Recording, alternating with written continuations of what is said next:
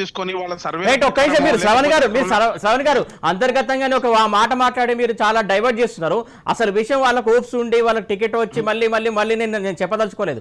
అసలు వాళ్ళకు నమ్మించి నామినేషన్ ఇప్పించి మళ్ళీ మీరు బ్యాక్ రండి వెనకకు రండి అని చెప్పేసి పెట్టడం అది ఎంతవరకు సమంజసం సార్? నమ్మించి మరి ఇంకేంటండి, మరి మీరు చేసిన పొరపాట్లకి మళ్ళీ వేరే వాళ్ళని ఎందుకు తప్పుదం చేస్తారు? మీరు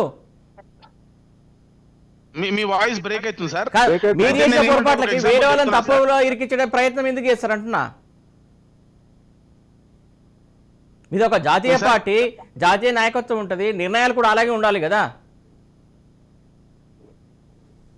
సార్. ఇప్పుడు ఎంత జాతీయ పార్టీ అయినా సరే, ఏ జాతీయ పార్టీ అయినా సరే, ఇప్పుడు బీఆర్ఎస్ కూడా జాతీయ పార్టీ అనే చెప్తుంది కదా సార్, కాదంటలేదు కదా.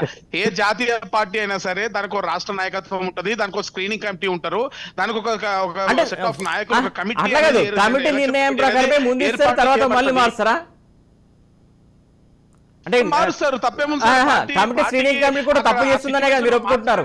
మారుస్తారు. ఒక్క నిమిషం శ్రీనివాస్ గారు శ్రీనివాస్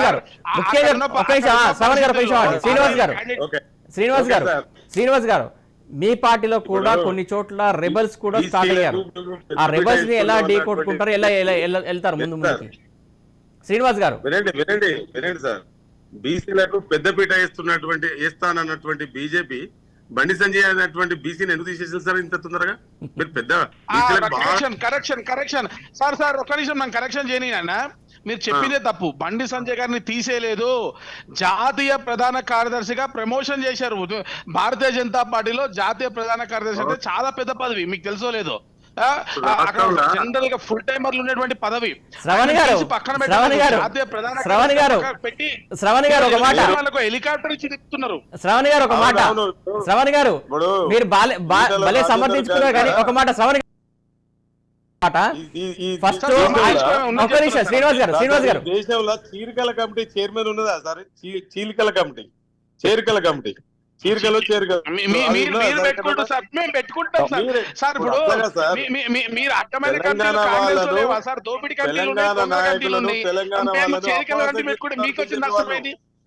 సార్ నేనేమంటున్నా, మీ దగ్గర దొంగల కమిటీలు ఉన్నాయి, దోపిడీ కమిటీలు ఉన్నాయి.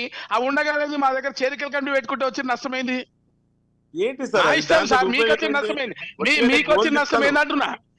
మీకు వచ్చిన నష్టమైంది, మా పార్టీ మా ఇష్టం, మా పార్టీ మా ఇష్టం సార్. మీకు వచ్చిన నష్టమైంది, మీకు వచ్చిన నష్టం ఏంటంటున్నా.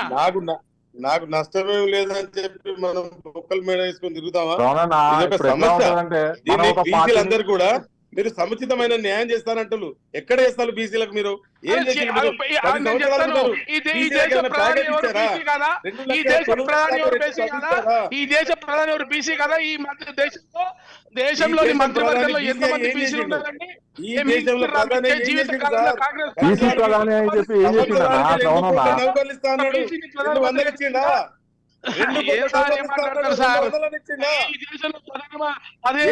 బీసీ ముఖ్యమంత్రులు ఉన్నారు ఈ దేశంలో సార్.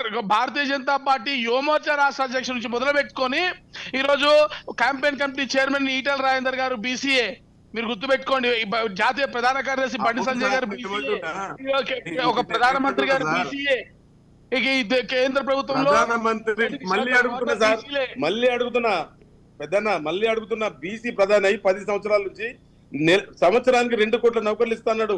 ఒక్క నౌకరు బీసీ ప్రధానిని అవహేళన చేస్తున్నారా? బీసీ ప్రధాని కావద్దా? ప్రధాని బీసీ ప్రధాని తెలంగాణ రాష్ట్రానికి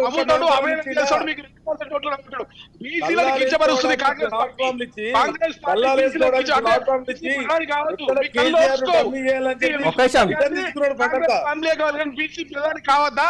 మీరు ఎట్లా కావాలా? శ్రీనివాస్ గారు ఒక ఆగండి, 1 by 1 మాట్లాడుతుంది. ఒక ఆగండి, శ్రీనివాస్ గారు ఒక ఆగండి, శ్రీనివాస్ గారు ఒక ఆగండి, శ్రీనివాస్ గారు శ్రవణ్ గారు ఒక ఆగండి, బీసీల పట్ల సార్ శ్రవణ్ గారు ఒక ఆగండి. బీసీలు ప్రధానమంత్రి కావద్దా? బీసీలు ముఖ్యమంత్రులు కావద్దా?